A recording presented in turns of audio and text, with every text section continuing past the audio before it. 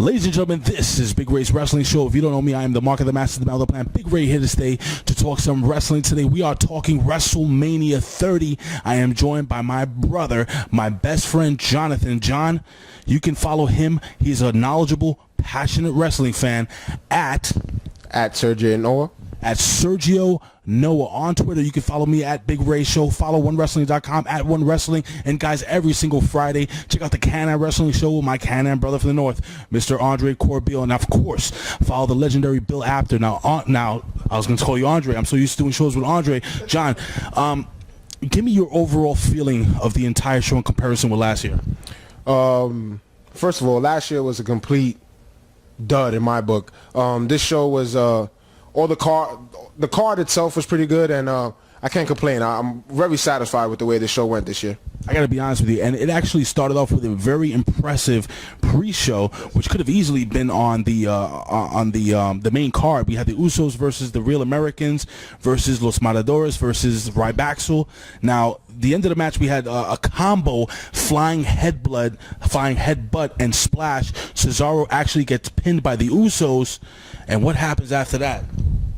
Usos go over. The Usos go over. Now, we've been talking about this for months and months and months. Now, how do you feel about Jack Swagger getting in Cesaro's face, and finally it looks like the breakup of the Real Americans? I think it's been coming. You know, Jack Swagger hasn't had a really good year and a half, to be honest. We all know what happened last year with his whole DWI and stuff like that. We'll get into it a little bit later on, but it looks like Cesaro is in for a push. I totally agree. You know, Zeb Coulter tried to make them shake hands, and you know what? Cesaro shook his hand and then put him in that giant swing. It was really, really impressive. Now, we're going to jump in. There was a segment with Hulk Hogan, who comes in the ring, brother, and he says, "We're here live in the Silver Dome, dude." Well, they were in the Superdome, the Silver Domes in Detroit. How'd you feel about that botch? He's an old guy, you know what I mean? Old guys botch things. What can I say? I gotta tell you, man. Hulk Hogan. The one funny thing is that Hulk Hogan did actually acknowledge the fact that he made a mistake. Now, how did you mark out when Stone Cold Steve Austin and The Rock came into the ring? And what do you think about Stone Cold? And who do you think cut the best promo?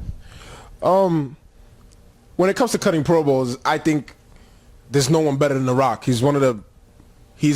Honestly, he's my tops of all time on the mic. But when I heard that glass break, it's just like I thought I was 13 again. You know what I mean? Like it was actually phenomenal. Well, I got to tell you something. The Rock, for me, cut just a ridiculous promo. # make Rock babies. I was really impressed with that. But anyway, we're going to jump in now. Before I jump into the next match with Daniel Bryan and Triple H. Now, really quickly, we had WrestleMania going on the WWE Network via the PlayStation 3. Why don't you tell the fans a little bit about our experience and what we had to do? You know, we kept getting a replay lag. It worked pretty well for the first, I would say, hour and 15 minutes of the show, including the pre-show. But then it started to just all-out freeze. And I wanted to finish watching the show and not have to turn it off, turn it back on. And when I did turn it off and try to turn it back on, it didn't let me back into the live show. So I just wound up just ordering it on cable, which was a good thing that we did. We got to see the rest of the show uninterrupted. So as a consumer, now, guys, if you guys haven't bought the WWE Network, I got to be honest with you, I've been very impressed with WWE Network, but this was the major test. Now, I want you guys to leave a comment here below. I want to know if you guys had the same issues with the WWE Network. The fact of the matter is that we literally could not watch WrestleMania and enjoy it on the WWE Network because of the freezing, because of the lagging, because of the fact that we just couldn't get back in. We wanted to restart it and maybe go back in. We just couldn't do it. So my brother over here actually is laying down another $60 to watch it in high definition, which... damn, you know, you're paying $9.99 a month. That's $120 a year, and the pay-per-views are freezing. I mean, does that get you a little upset? Of course it gets me upset, but you have to expect it with the $10 a month, you know what I mean? And it's a live feed, you know what I mean? So you take the good with the bad, you know what I mean? I don't want to complain too much, but I was a little upset I had to shell out an extra. It's actually $65 for WrestleMania. Yeah, no kidding. Now, all right, now let's put the negative aside. Let's jump into what I thought was probably one of the matches of the night. We have Triple H versus Daniel Bryan. Now, why don't you tell us a little bit about how you felt seeing that awesome intro? Triple H WrestleMania intros are some of the best. Well, not really intros. His what is it? His entrance, his ring entrance. He's with the whole mask, the skull mask, the robe. He does some of the really good ring entrances. I'm sorry, of anyone other than the Undertaker, who's number one in my book of all time. But. All right, so basically, yeah, it was a really impressive spectacle. Now, this match, again, was ridiculous. We had Daniel Bryan. Now, there were a couple of times that I actually thought Daniel Bryan might actually lose the match. Daniel Bryan actually kicking out of the pedigree. Did you think he would be able to kick out of pedigree? I had a feeling he would kick out of one pedigree. I don't know if he would have got pedigreed again. I don't know if he would be able to kick out of that one. Well, Daniel Bryan actually hits Triple H with the flying knee, gets the 1, 2, 3 after the match. Triple H attacking Daniel Bryan with the chair. This was set up the main event tonight. So Daniel Bryan is part of that three-way. Will Triple H get involved? We're going to find out here at Big Ray's Wrestling Show. Now, we're going to move on to the Aces and Eights versus, actually not the Aces and Eights, the Shield coming down with the Aces and Eights like mask. It was really funny. Versus the New Age Outlaws and Kane. Now, I wasn't really impressed with this match, John. I thought the match was kind of short. There was so much build-up towards the match, and it was basically, I don't know, it was just a regular Raw match. It was basically a squash match. I mean, it was a old school Goldberg versus whoever. Ryback versus those two skinny dudes he was beating up for 3 months. You know what I mean? It was basically one of those matches. I was kind of disappointed in this match, especially with the build-up, like you said, and the Shield has been doing great work lately, so I was a little bit disappointed in that match. All right, and no Shield breakup this WrestleMania. The match ends when we have the Shield. I mean, this was actually impressive. The Shield was able to put up both of the New Age Outlaws in that three-man power bomb, knocking them out, taking them out, so the Shield goes over clean. Now, we're going to jump into the Andre the Giant Memorial Battle Royal. Now, how'd you feel about this match?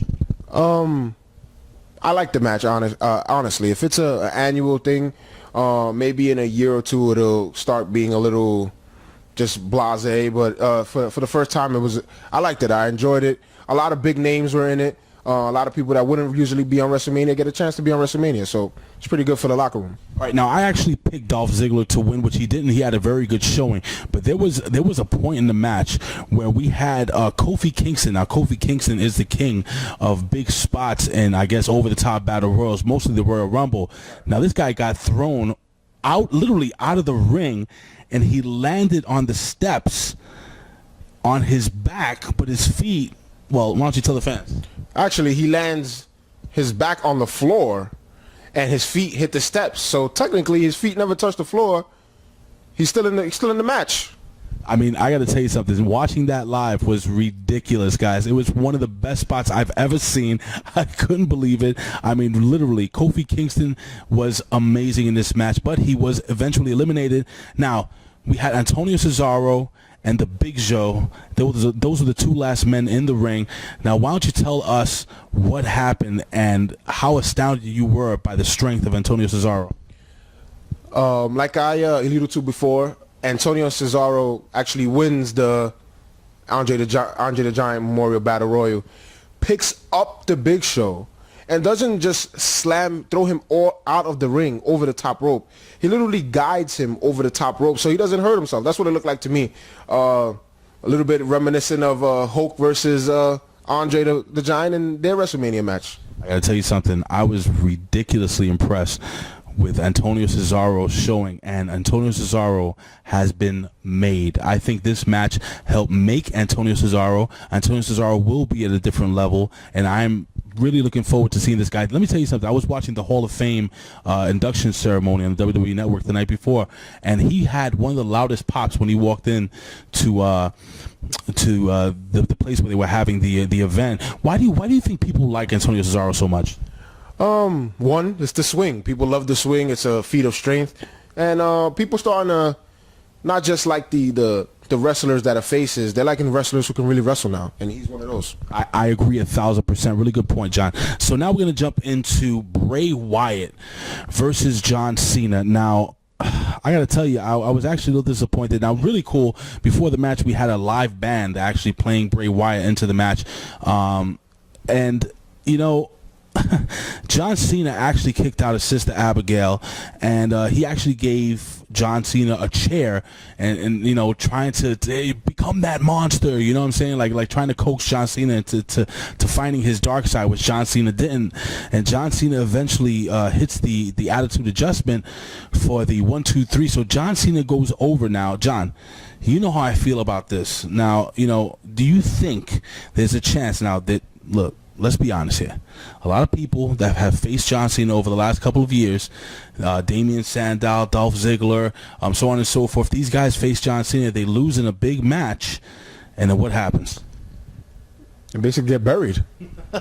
They get buried. Now, Bray Wyatt, from what I understand, has been making a lot of positive moves backstage. People love him. He does everything right. He's great in the ring, amazing on the mic. What do you think is next now for Bray Wyatt, dude?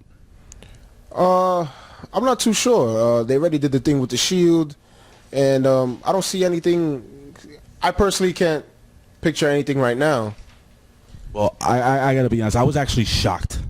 I was shocked. I believed in my heart that John Cena would put this guy over, but I don't know, man. I guess we're going to have to move on. John Cena does not turn heel.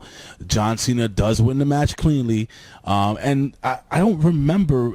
I mean, well, the rest of the Wyatt family did try to get involved a little bit, but it wasn't really a big deal in the match, was it? Not too much. When Bray actually gave John Cena the chair, told him, become the monster, hit me, he actually hit Roman Harper. Was it Roman Harper? It was Luke Harper. Luke Harper. With the chair. To be honest, it was a little bit reminiscent to me as the whole John Cena Kane embrace the hate type of thing. I felt like it was done already. Right. Well, you know, I got to agree with you. Again, I think the WWE actually botched a chance to go and actually take somebody who's a young superstar, who's extremely talented, and bring him to the next level. But anyway, we're going to jump into a match, John. I got to lean down for this one. A match that actually shocked the hell out of me. It was the Streak, the Beast versus the Streak. We had the Undertaker and Brock Lesnar, and I mean, we had, my God, we had Brock Lesnar kicking out of the Tombstone Piledriver. We had the Undertaker kicking out of multiple F5s. We actually had Brock Lesnar at one point put in the Hell's Gate, and he actually was able to break out, actually powering the Undertaker up. Before we, you know, break down what basically happened at the end of the match, what did you think of the Undertaker, the pace of the match throughout this match? Because for me, I personally thought it was kind of dead. Well, it's funny that you say dead. We're talking about the Undertaker. Personally, it was a little slow, but if you notice recently, the Undertaker's matches at WrestleMania have actually been a little bit slower.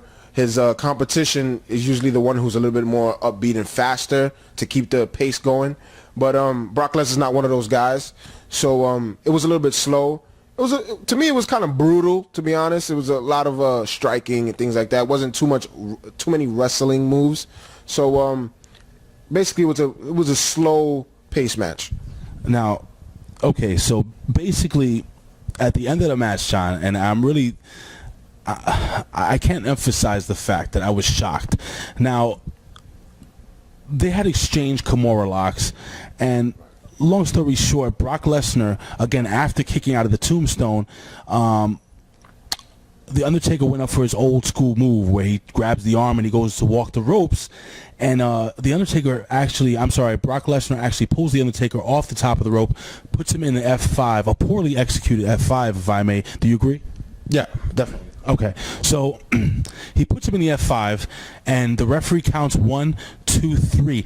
Now, I was so shocked that I actually had to rewind it to make sure that it wasn't a botched count. And why don't you tell the fans a little bit, if they didn't get a chance to see it, a little bit about the crowd reaction? They panned across the some of the people in the front row, and everybody's jaw was just on the floor. There was this one guy, he had some glasses on, and he had I believe it was a Daniel Bryan t-shirt, and his eyes are so popped out of his head. It looks like he just saw a ghost, to be honest. Speaking of ghosts, yeah, the Undertaker. I mean, I don't even know what to say. Man, I think it was just a huge mistake by the WWE. And again, now I'm not a professional booker. I have a lot of respect for the people that write for WWE. I have respect for the fact that Paul Levesque, aka Triple H, has been making a lot of positive changes in the WWE. But the truth of the matter is that you could have taken somebody like, let's say, Daniel Bryan, or somebody like I'm not going to say Dolph Ziggler, but you can take a young Antonio Cesaro. You can take somebody and make their career by ending the streak. But essentially, they took a part-time wrestler that I'm just, I got to be honest, John, I was totally shocked. I think it was, I was a little disgusted by the outcome. I agree. I thought the Undertaker would win. I thought, honestly, he would win this one and lose next year. I'm not going to get into who I think he was going to face next year. But my opinion is Brock Lesnar wins this match. Now, isn't Brock Lesnar now supposedly the #1 contender for the World Heavyweight Championship? Well, yeah, apparently Brock Lesnar will be the #1 contender for the World Heavyweight Championship. This is what's going around. But now we can get into who we thought the Undertaker was going to face next year. Now, if you go on the internet, you know that there's been a lot of rumors about Sting, saying that the number 31 is his very favorite thing. Now, you can look at it both ways, John. And I had kind of an idea about this. All right, so maybe Sting won't end the Undertaker streak, but there may be a possibility that this may be the Undertaker's last match, and who better than to face in his very last match at WrestleMania 31 than Sting? What do you think? Two legends. You know what I mean? It's I think Sting is a couple of years away from he should have been in the WWE a few years ago. But two legends of the sport coming together, that'd be awesome. I think it'll be a great way to say goodbye to The Undertaker, win or lose. Guys, leave your comments here below at OneWrestling.com, YouTube/OneWrestling video. Leave us a tweet at One Wrestling, or hit me up directly at Big Ray's Wrestling Show or Big Ray's Show on Twitter.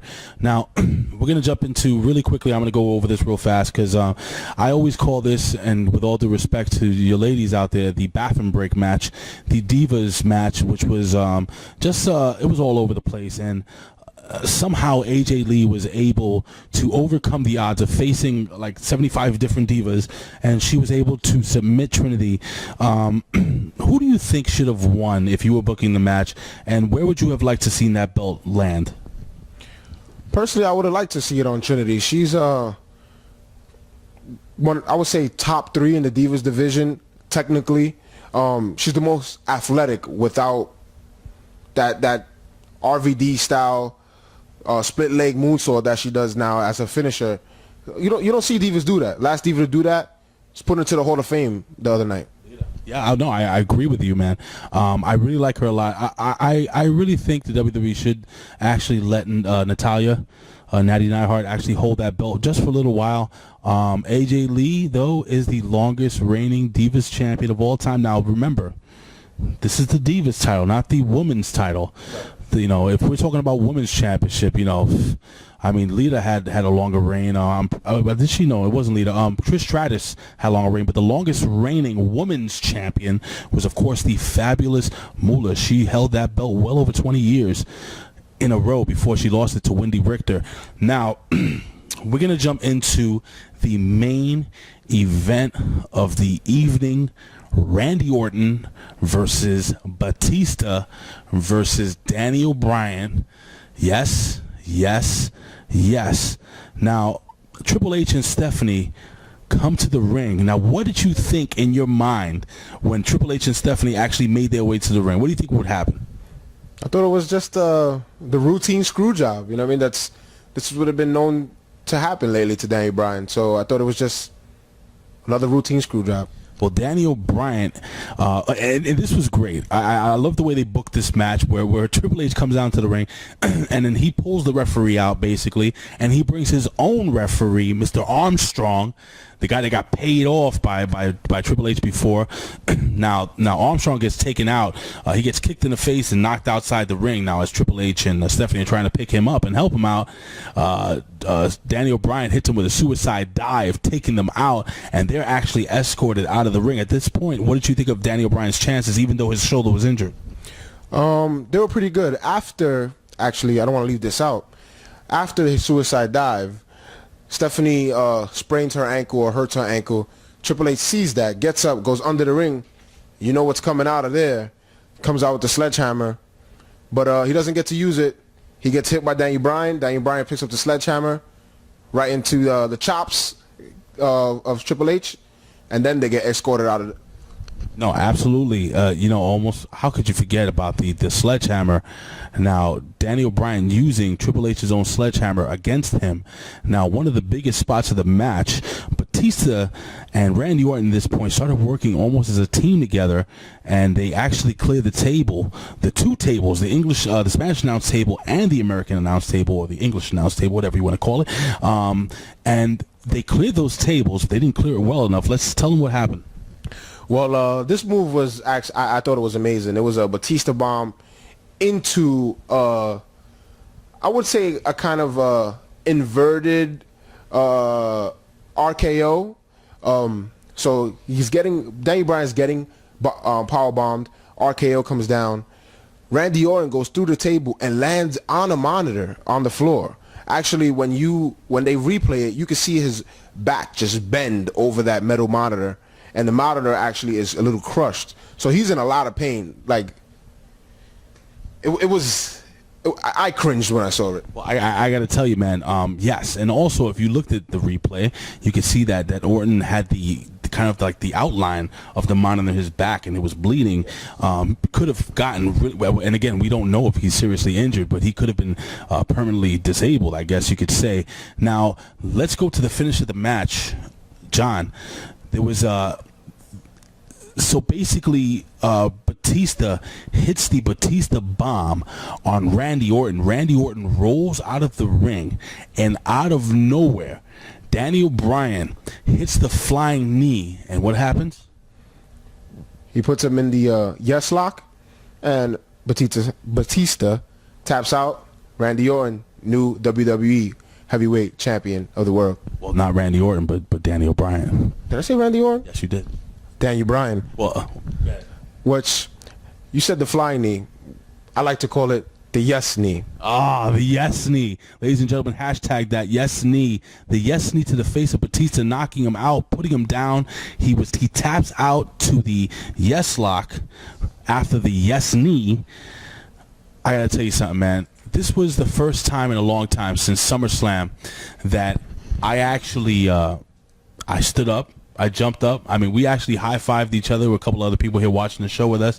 And it was a really great WrestleMania. I enjoyed it. I would probably give it an 8 out of 10. It could have been a 9 out of 10 if the Shield match would have been a little better. And if the Undertaker would have been able to push forward and have a better match. Now, you made a good point about the Undertaker. You were saying before that that the styles didn't make a good match. Right. Last year, as we spoke about before, WrestleMania was kind of a dud. But the best match of WrestleMania last year was the CM Punk Taker match. CM Punk is now he's not a high flyer, but he moves. He knows how to wrestle. He's a tactician. He moves very well in the ring, so he was able to make that match and make Taker to another level, take him to another level. Brock Lesnar's not that kind of man, not that kind of wrestler. So it was like I said before, they're both slow guys. It was a slow match. Well, listen, ladies and gentlemen, this has been Big Race Wrestling Show. I say this every single time, John. I would do this for a living, but if I can, I would do it anyway. Why? Because I love talking wrestling, guys. You can follow us here at onewrestling.com. You can follow us on Twitter at onewrestling. Follow me on Twitter at Big Race Show. Follow my buddy John, or a.k.a. Sergio Noa, at Sergio Noa. Follow Bill Apter at ApterOneWrestling.com on Twitter. And, of course, follow my Cannon brother from the North, Mr. Andre Corbeil, at Andre_Corbeil. This was an exciting WrestleMania. Again, I think one of the better WrestleManias we've had in the last few years, and I'm looking forward to seeing what happens this Monday night for the fallout of WrestleMania. John, were you excited about this WrestleMania? Very excited. Would you say yes? Yes. Yes? Yes. Yes? Yes. Yes, ladies and gentlemen. We'll see you next time here at Big Race Wrestling Show. Don't forget to check out my TNA recaps every Friday mornings. Guys, awesome show. Peace.